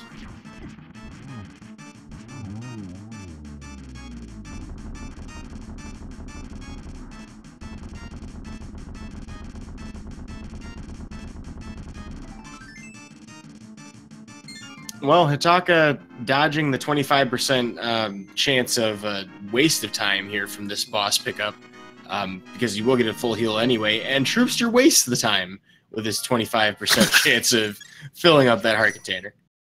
And well, we get some crystal sink there. You know, hold it above your head in pride. I guess that's like the poor man's boss heart container, isn't it? Yeah, absolutely. So the question here is, does Hitaka and presumably Troupster at the same time, well, Troupster already has the Dark Death Mountain stuff cleared, so this will probably be a Tower of Hera for him, I think. Hitaka, I don't know if this will be Hera first or Dark Death Mountain first. I would go for Hera, because once you do Dark Death Mountain, you're kind of locked in there without the mirror. Might be banking on finding that mirror. With King of Samaria, also has the ability to go into Turtle Rock and get every item from there. So, I mean, I guess if you wanted to go for the largest pool of items possible, then doing this from the dark side would be convenient for that. Although, I mean, I'm inclined to agree with you. From what we know, Tower of Hera seems like a pretty safe play. Well, Hitaka making that Hera play, he doesn't know that when he goes in the Dark World, he's going to find the ice rod there. So he might, this actually makes a lot of sense from his standpoint. Also, the Ether Tablet, I forgot about that. Yeah, we haven't been without a sword upgrade to do so. We just haven't had a chance to come up here at all. Until we found that hammer in Ice Palace, this was pretty much inaccessible to us. But both runners checking it at, relatively the same time. Yeah, we can do Ether, we can full clear Hera, and then we can probably just save and quit out of Spike Cave, and from there go do Turtle Rock. Well, unfortunately, we already had the Quake Medallion. It couldn't make an Earther reference here instead of Ether, so that's a missed opportunity there. But a Quiver upgrade, not the worst thing. Hey, there's the Ether. Wow. Earther confirmed. Probably not going to need that, but it's always good to get medallions out of the way. And of course, until we have the mirror, we won't know whether or not Misery Mire has a chance for confirming the bird toss today. That would be a potential meme fulfilled. Got to have at least one in this seed. So is that spooky ether at a distance? Spooky ether at a distance? Well, I mean, the spooky action glitch that we've seen recently displaces the fire rod splash damage. Maybe that's just what's going on here with the item placement. Man, I have no idea. You know, you got to find a pun for anything and everything you can. When we're we have a current, you know, intermission right now. Actually, get up and grab a coffee, folks, because this is the coffee break for both runners. I spent somehow in spending, you know, decades of work doing like technical writing and engineering stuff. My brain kind of just filters out puns at this point. It's broken. It sounds like a gift and a curse.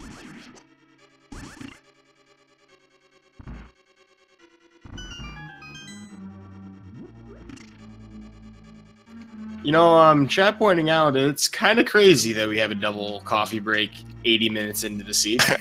Yeah, that's. I don't know if I've ever seen something like that this late in the game. But the sync in these runners is really tremendous. It's super close. The only value that Troupster has over Hitaka is just those, you know, 6 Dark Death Mountain chests, and that's not really a time savings more than a few seconds.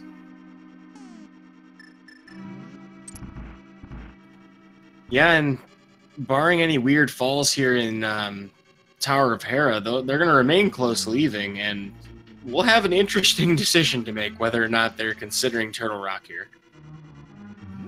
Well, you know, the only reason not to do Turtle Rock would be, you know, if you're holding out hopes of doing it last. But the justification for that is to save yourself a climb up the mountain. If you're already up the mountain, then that justification really doesn't have any merit, and you might as well just do it. We still need the boots, and the boots can absolutely be in Turtle Rock. What we do not want to find in Turtle Rock is the mirror at this point. The mirror could absolutely be horrible, opening up the Flute, Misery Mire, Swamp Palace, and a whole mess of one-off locations, all of which could have the boots. Also of note, in regards to our completion of Tower of Hera, we have a slight lead change for, you know, Troupster falling to the bumper skip. We'll be a little slower to finish off Moldorm, provided nothing weird happens here to Hitaka. Well, it's pretty hard to lose to Moldorm with the Butter Sword.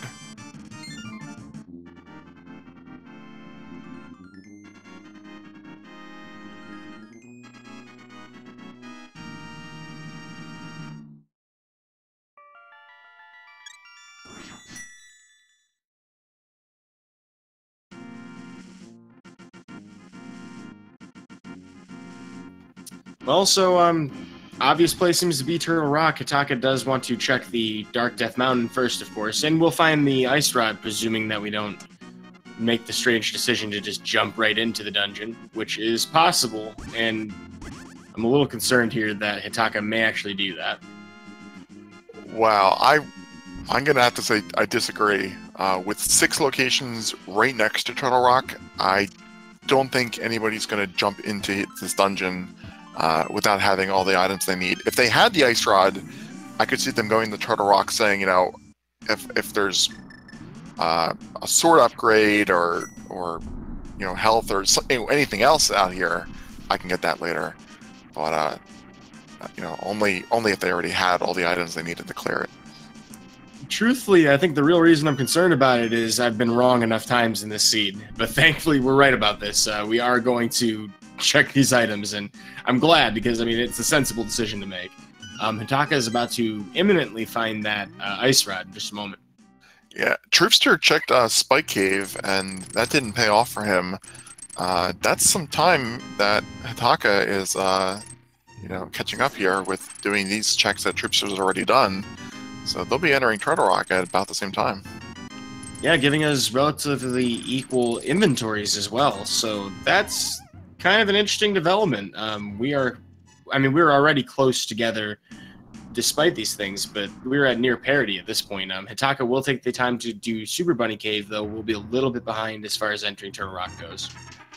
Yeah, this could be good or bad. I mean, right now, I'm happy with the situation this race is in. We have both these runners, they were 5-2 in the Swiss stages, so being paired up with another 5-2, means that they're both fairly similar in skill levels.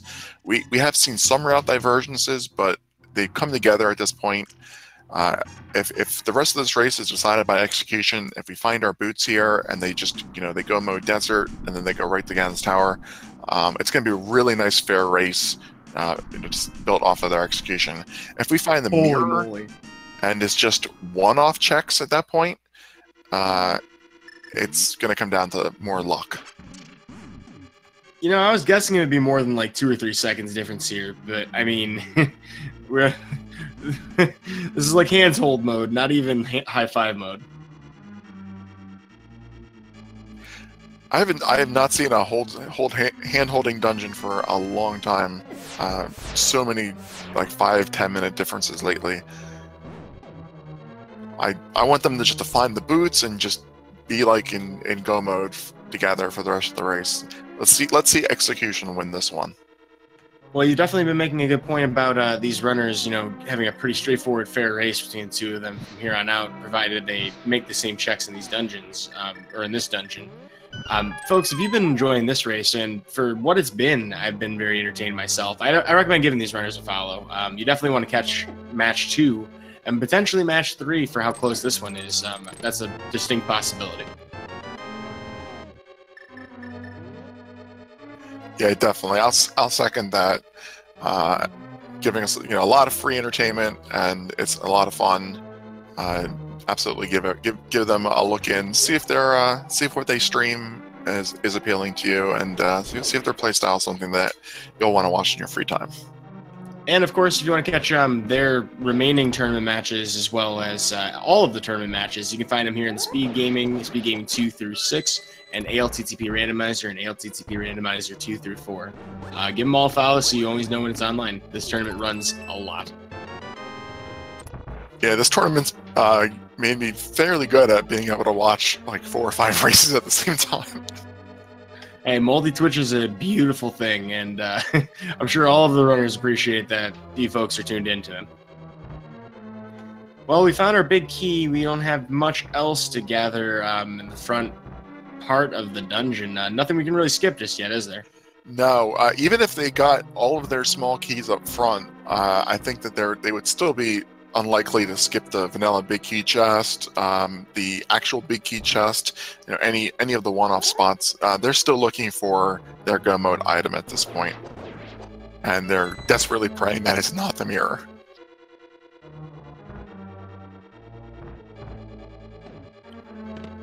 Oh, we got a little Pokeball there.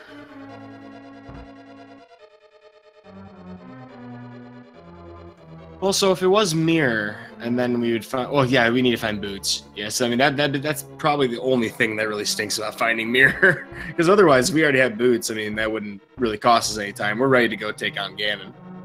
Yeah, if you had the boots and the mirror on Laser Bridge, then it's no big deal. It's only that if the mirror unlocks the boots, and it's not that it's difficult. It's just the fact that it takes us a close race that's skill-based at this point to one that's really like who gets lucky and just guesses the right location first. The mirror blocks almost entirely one-off locations. Also, I'm just going to retroactively shout out your pun about the Pokeball. I missed that, but that was pretty clever. That's not what it was? I don't know what sprite that is. Oh, I thought you were talking about the Pokey hitting the No, Pokey. I thought Hitaka's the bunny sprite. Alright, so double hilarious. Forgive me for missing both of those things. Yeah, I would not have made a pun.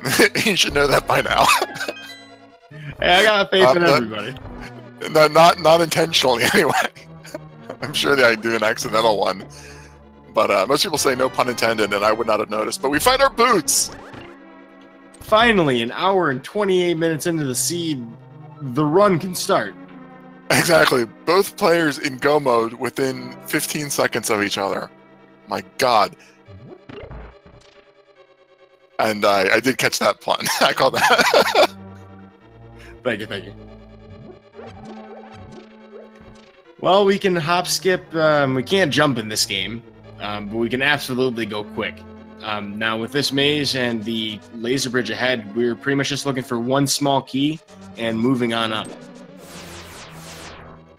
Yeah, the only other thing that they might want is silver arrows, and we might see them check a few chests that are very, very quick checks.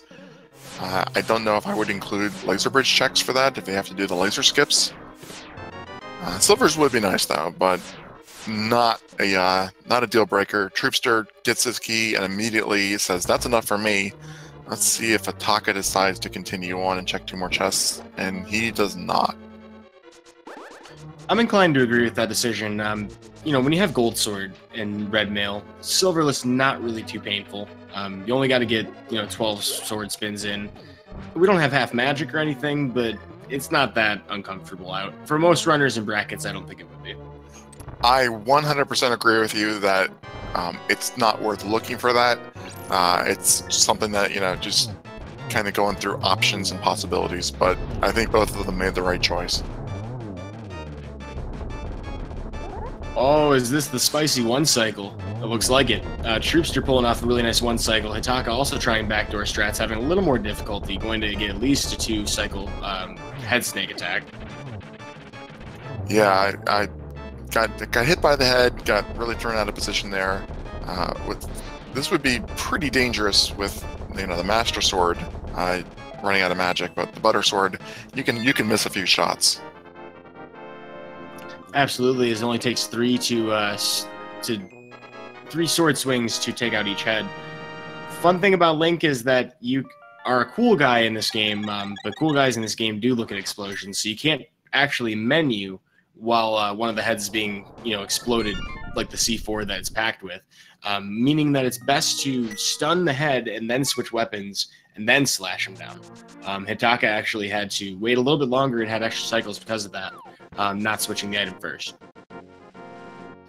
Yeah, now this is interesting. Desert is their 7th crystal, and we're an hour and a half in, and they still have to actually run down there and open it with the book. Yeah, not the place that you would typically expect to have that, work out. We still don't have mirror. I mean, for all we know, this is mirrorless, and it's starting to look like it. Well, we're definitely not going to use the mirror for anything other than, maybe mirroring back to the entrance of Ganon's Tower if we pick up the mirror before the big key. That's the one and only time I think it'll get used. I will say it's actually kind of fun to see mirrorless seeds. The runners, when they find the Ganon's Tower big key, they have to find a way to get out of there without the mirror. Some rare exotic, death warps in Ganon's Tower. Things you don't see too often, but they do exist, and somebody out there has practiced it. Yeah. It depends on where you are. You're like, how do I get out of this location? Well, here we are back in hand-holding mode. We are dashing, bonking into a torch. We're going to do a long loop back around through the dungeon. We don't have mirror this time around, so it will be a bunch of dashing. Begin to look a little bit like vanilla. Yeah, everything except for the red mail, the butter sword, and the 2 custom sprites. This is 100% a vanilla Desert Palace. Oh, the big key ruins it. However, though, that is where you want to find it in this scenario. If you're going to go to the right side, there's another chest that could have had it, but not having to go through the Cannonball room or Cannonball Z Lite, or I don't know, would that be the Cannonball G? No, it's not Cannonball GT room. I'm trying to think of the right DBZ pun to make there. What the hell are you talking about? Well, so there's a room full of cannonballs in Ganon's Tower. We like to call it Cannonball Z in NMG, and I'm trying to think of like the appropriate version of this room, what you would call it. Nevertheless, though, Troupster's showing really nice. I don't want. All right, you are not ever allowed in naming things like in any official documentation. I can just picture a spoiler log that you've written, and people like the first time playing, I have no idea where any of these items are. Hey, not everyone's got a penchant for nomenclature. I concede. No. Neither runner checking big chests, the other small chests. both completely done with item searching at this point. Might check, well, actually, I was going to say might check a few things in Ganon's Tower, but probably not even the upstairs chests.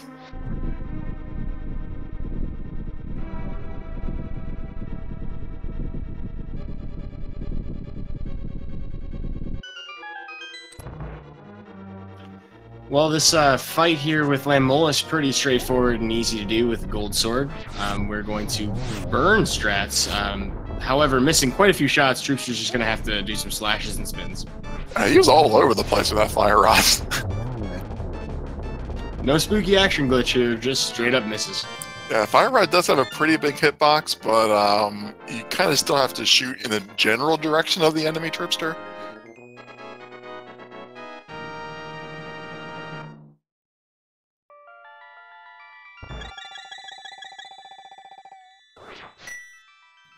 Well, here comes Hitaka's fight. Hitaka will hopefully have better accuracy. Nope. Immediately proven wrong yet again. That's okay, though. These runners don't know where their opponent is. They don't realize how close this is. But we have a game that we need to play right now, don't we? Yes, and I get the feeling that you'll enjoy doing this, so you have the honors. Alrighty, folks. Well, we're on our way to Ganon's Tower, so you know what that means. There are 22 item locations in Ganon's Tower that can have the big key. You're already guessing in chat, so I'm sure you know what the deal is. But we would love to invite you to guess to see what that item will be, or when that item will show up, the big key itself. So get your guesses in, 1 through 22. Just put a number in there in the chat. We will be cutting that off as soon as we see Troupster, who will be the first one entering Ganon's Tower, at this rate at least, get to the basement. And then, of course, if you are a subscriber to any of the Speed Gaming channels or a 250-bit or larger donator at any point, you have a chance to be entered into our leaderboard. But, of course, if you don't do either of those things, feel free to join us anyway. We love to just play for fun as well. Tiru, what do you think we're going to see, or where do you think we're going to see that particular item today? Well, I'm trying to decide, and maybe you can help me out here. What's harder to walk back from, the double firebar room or the 4 right side chests? I mean, the 4 right side chests feels more annoying, I think, because then if you try to commit to full right side, you have to do that one collapsing bridge room. All right, I'm going to go with the 4 right side chests then. That's where I want to find the big key. Well, I'm sure Dr. Bobtastic would love me for saying so, but I have faith in Bob. I'm hoping for 14 myself.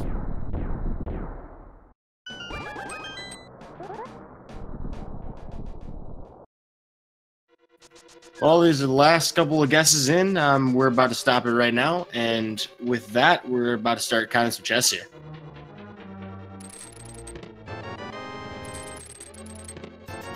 Chest number 1 was a compass. Chest 2 is a big 20. Nothing of significant value here, and this also means the right side play is not accessible to us until we find some kind of big key on the left side. Well, that doesn't mean we can't come back here and have the big key over there, and they still have to walk out of it. Which would be a fun sequence of events. We can't mirror to check that quickly either, so I get the feeling no matter what we do here, unless somebody wants a very long detour, they're going to go all the way to Ice Harmos and back again. Yeah, it is hard to set up a death warp with the red mail and 14 hearts.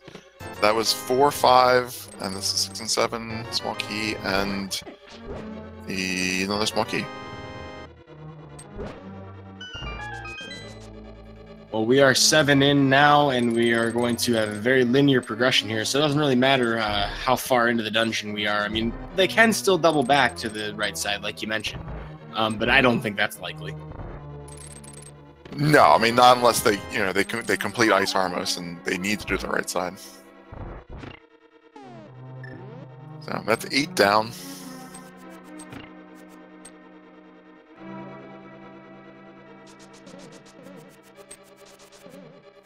Troupster is trying to use the boomerang to do the cool boomerang strats. Did you just call it the boomerang? I did.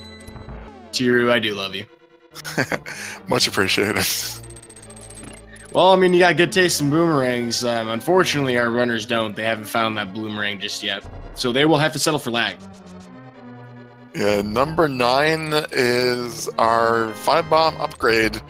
Not entirely surprising. given how many bombs this game wants you to have.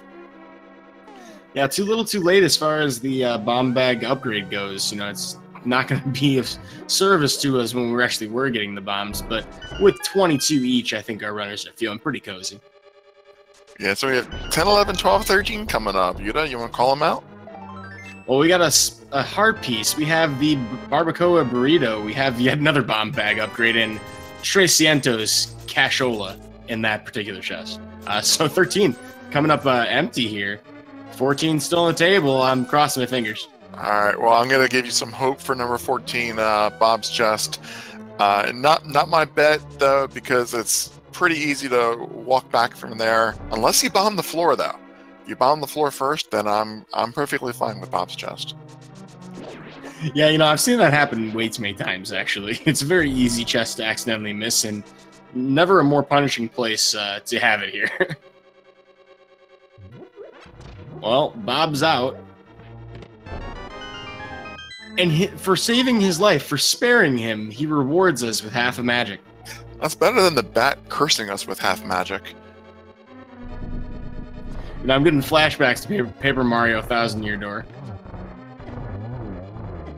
I played that once. I don't remember too much other than that I really did enjoy playing it. It was just the paper upgrades that you get. All the chests that you open, they all tell you that you're cursed, and it's really just an upgrade. Oh, okay. So that was 14 down, 15 coming up. 15 gives us our 50 rupees.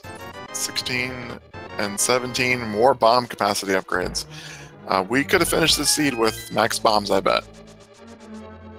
Certainly seems to be on the table, and right side confirmed, folks. One of those 5 chests. Now, I mean, I gotta ask you here, Tiru. I mean, do you do tile room first, knowing what it takes to go back?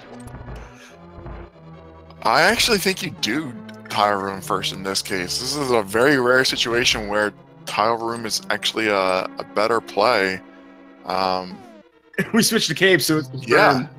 Yeah. I never thought I'd say this, but it's actually the better play. It's the quicker check. And of course, if you haven't done so in the past, or if you wanted to, you know, find an easy way to save some magic, if you hug a wall while holding the cape, or while using the cape, you can actually prevent using any magic at all. So, really handy way to get through that room. Yeah, that can work in several places. You can even use that during the Ganon fight, as he teleports around and, you know, is throwing those fire bats out. Once you get your hits in, just hug the wall. Whoa! And there it is. Paid off. Both of them using the key to save some time there on the door there. Troupster getting that tile room play. Let's see if Hitaka is doing it the wrong way. I believe that would have been chest 18, correct? That is 18, yeah. 19, 20, 21, yeah. There you go.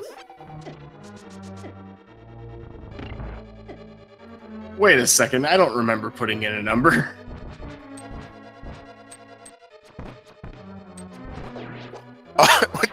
You won? Something's wrong there. Yeah, I don't think we should really be eligible for the contest. Well, not only that, I didn't type a number. Anyway, we'll get that all sorted out. But 18 was the guess, so if you guessed 18, congratulations. We'll figure out exactly how that all works. Right now, though, Troupster with a heart and a half left in his ascent through the gauntlet. This is actually very scary territory. And he's going to make his way through Ganon Ball Z. He's going to sacrifice the heart and hopefully take a heal here. I just wanted to point out that you seemed pretty committed to that 14, but I guess not.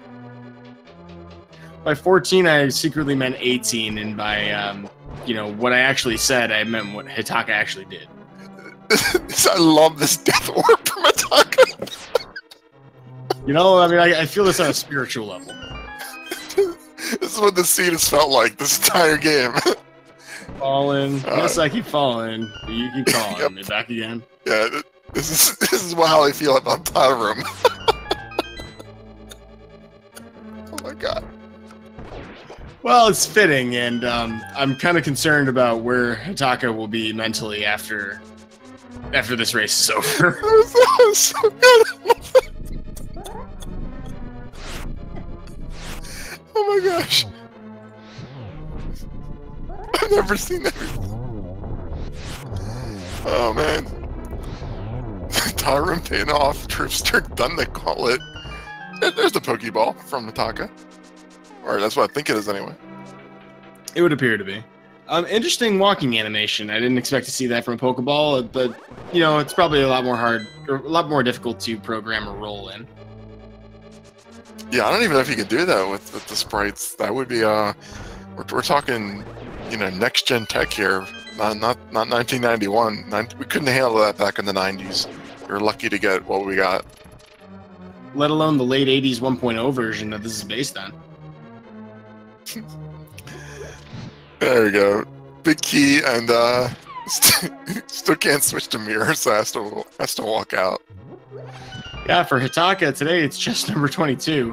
Not a great situation to be in, but on the bright side, everybody's got half magic, red mail, gold sword. No silvers, but that's still possible. I don't expect Troupster to open any of these chests. Skipping the 2 in the mini Hamasaur room. I'm probably going to skip the next 2 as well. And you just, I mean, you do not need silvers at this point. Skipping those chests, I will say though that skipping those chests, if they do have silvers and Hitaka opens them, that actually might be enough time to catch up, because he's really close. Yeah, when you have Gold Sword and boots and all the stuff that we have now, I mean, Moldorm 2, it might seem like this is a decently large gap between these two runners, but I mean, this is recoverable with one fall to Ganon, with, you know, silvers in that chest. My... What the... The what? What the what? I don't know what this is. This is... Oh, I'm just gonna just give up and mute myself and go away for a few minutes. I feel personally attacked by this seed today. He skipped the other 3 chests, but he opened that one. And it's not like that's an unreasonable thing to do, it's just, oh my god. I don't think the meme should pay off for anybody, like, ever. That chest should always be garbage. Commentator.exe has crashed. Wow, yeah, I'm so out of it at this point. Even if Hitaka picks that up, it's not going to make a difference. Silvers are such a good fight. Troupster has to take a death in order for Hitaka to catch up. Yeah, this will be his race to lose, and I'm really impressed that these runners were able to get this so close. I mean, for what this seed was, you know, and the dovetailing, you know, checks that we had to make, and all the strangeness of it. I mean, this is a mirrorless seed. I mean, that doesn't happen very often. Yeah, this did come down to the execution. You know, Troupster had a little bit better execution, and you know, opting to do the tower room was a great decision, and it absolutely paid off. Yeah, this would certainly be a lot more narrow if both of our runners had opted to go right side, full right side. That tile room, you know, situational doesn't come up too often. I've never seen a situation myself where you'd really want to do that, but here we are looking at the Ganon fight compared to, you know, soon to be Moldorm 2, or yeah, Moldorm 2. I doubt they'll need it, but I think they both have at least 1 potion left, a blue, from various times they picked up potions. Yeah, I believe both should have a blue, but I mean, I know Hitaka used one, or no, Troupster used one in the climb, so he might not actually have another one. But he has the silvers though, so you really shouldn't ever get hit anymore in this fight. And as you say that, he almost takes a hug. Well, I said should and not can't, as he takes another hit. The clench is real right now. But he pulls it off. Just a casual 1 hug away from death, no big deal. Hitaka checking these 2 Hamasaur chests. Oh my god, the mirror! What a troll. So GG's the Troupster. Checking the official time here, 1 hour, 48 minutes, 56 seconds. So hopefully Hitaka will also pick up the silvers. Yeah, and not a very fun place to be as a racer. You're at Moldorm 2 and you see that dot done, and I have to imagine he's seeing it any second now. I would be having my eyes on that SRTV link pretty much right away. Looks like we are joined by Troupster, though, our winner of the race today. Congratulations and GG. GG. Wow. Oh! He skipped it. And Troop, I'm sure you can imagine exactly what we're talking about. You know, the one thing to skip at the end of the game. Yeah, he was talking to me a little bit. He skipped the silvers at the... I can't believe those were in that chest. He got the mirror in the mini Helmosaur room. He opened those 2 chests, but missed the silvers in the final chest. Oh, so he's going to have to do this silverless. I mean, I have no doubt he's going to do it, but it's going to put a minute and a half difference to like a 5 or 6 minute difference. A little bit less than that. Yeah, certainly a damper. I don't want to be too rude, but I think that may be the worst I've played in the entire tournament, so I feel pretty bad about that performance.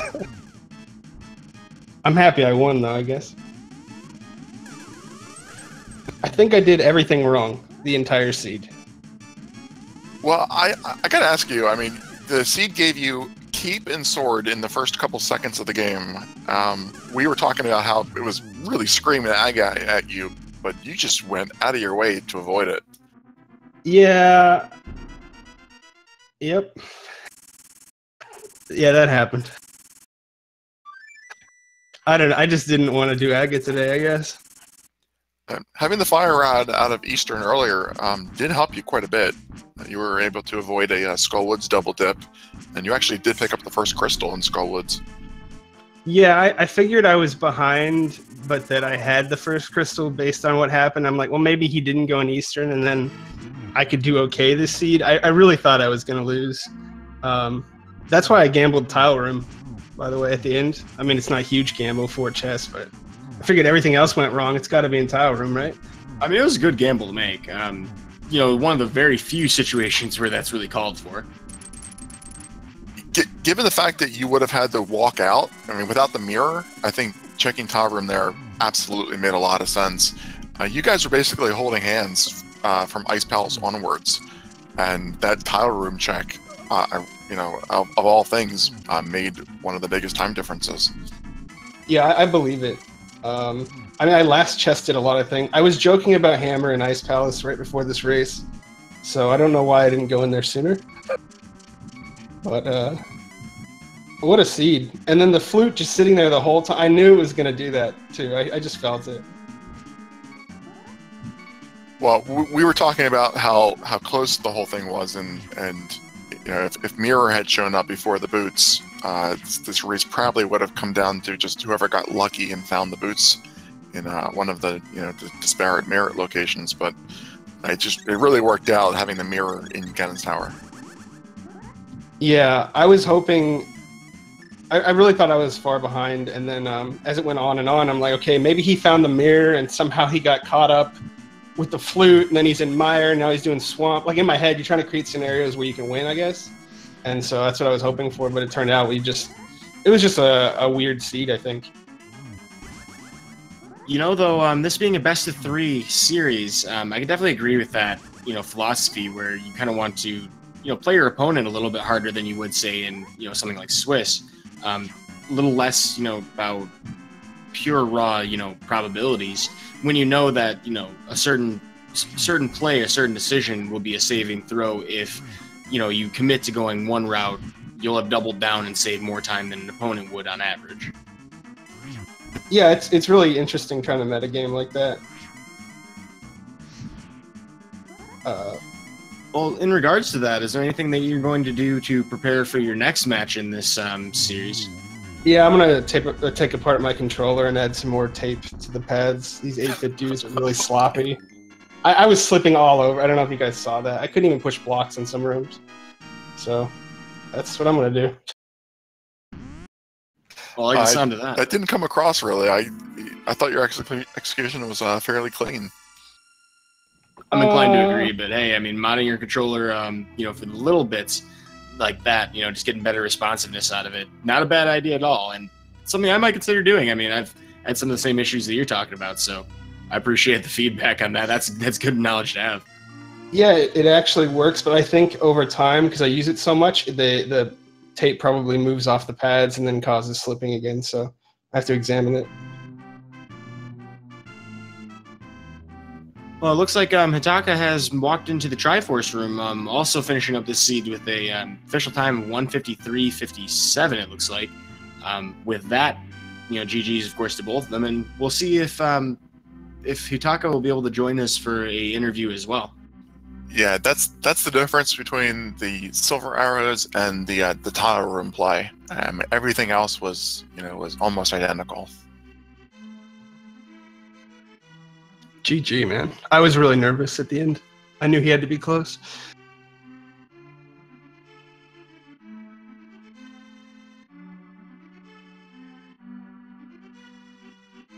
All right, well, I'm going to ask him real quick if he'd like to join us for an interview. While we're waiting on that, anything that anybody you'd like to shout out, or anything you'd like to say to your fans out there?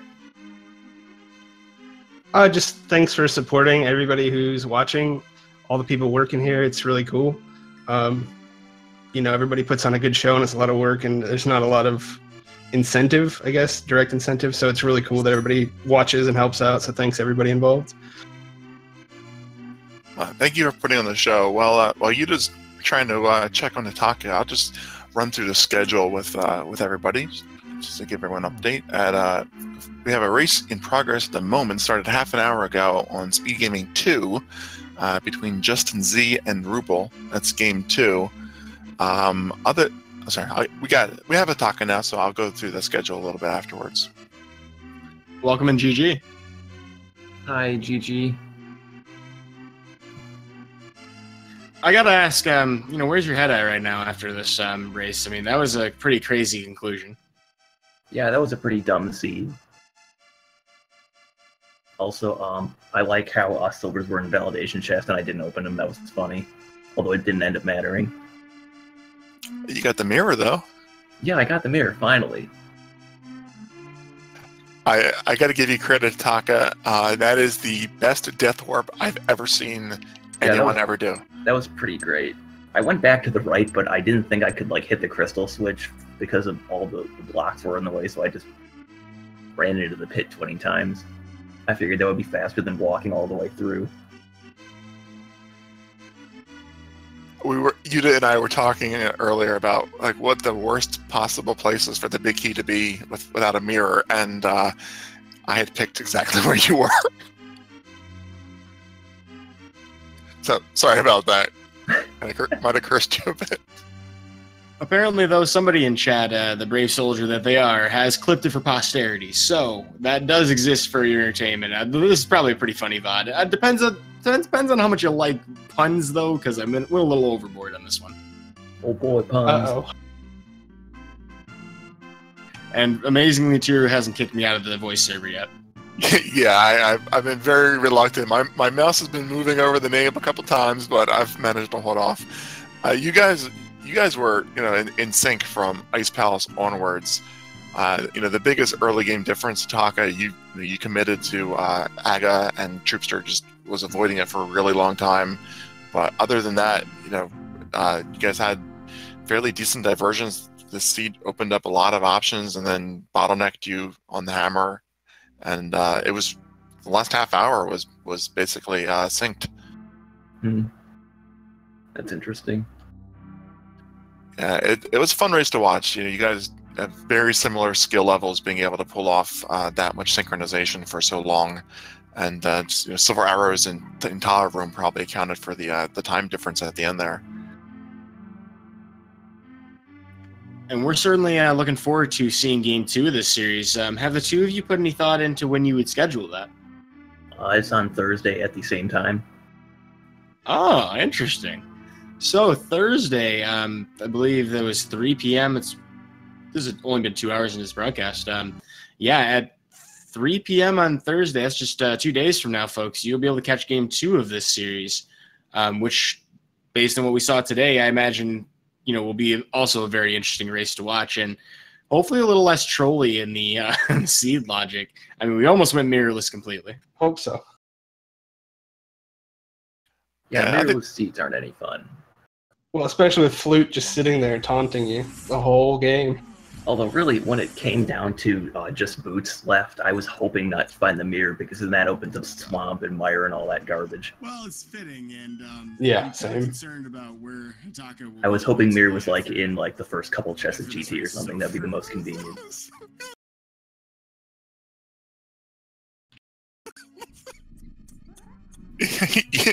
You watching that clip? No, I'm not though. I hear it though. Yeah, so I don't know where that audio is coming from. Oh man. Well, anyway, I hear my own voice and it's a little disconcerting. So, all right, yeah, I don't know where that's coming from because these streams are delayed, so it couldn't be game audio for a change. But either way, I'll wrap things up here, and maybe we'll just. Yeah, I don't even know if you can do that with the sprite. You got no, it's your turn. Well, moving forward, though, folks, give these runners a follow. These guys put on a fantastic show for us, and of course, there's still more to come. Whether they're advancing in this tournament or not, we're going to find out with the Game 2 and potentially Game 3 who's going to emerge out of this top 128, the victor. We've also mentioned that there are quite a lot of other races on the schedule, speed gaming, and then ALTTP randomizer all throughout the night. And we're going to have quite a few of them right around the 9 o'clock hour and the 9:30 time slot. So, you definitely got to keep tuned to these channels, give them a follow. You're going to get those notifications, of course, when we're live, and you can catch all the randomizer action. Any final closing thoughts or remarks from I guess I'll start with you first, Hitaka.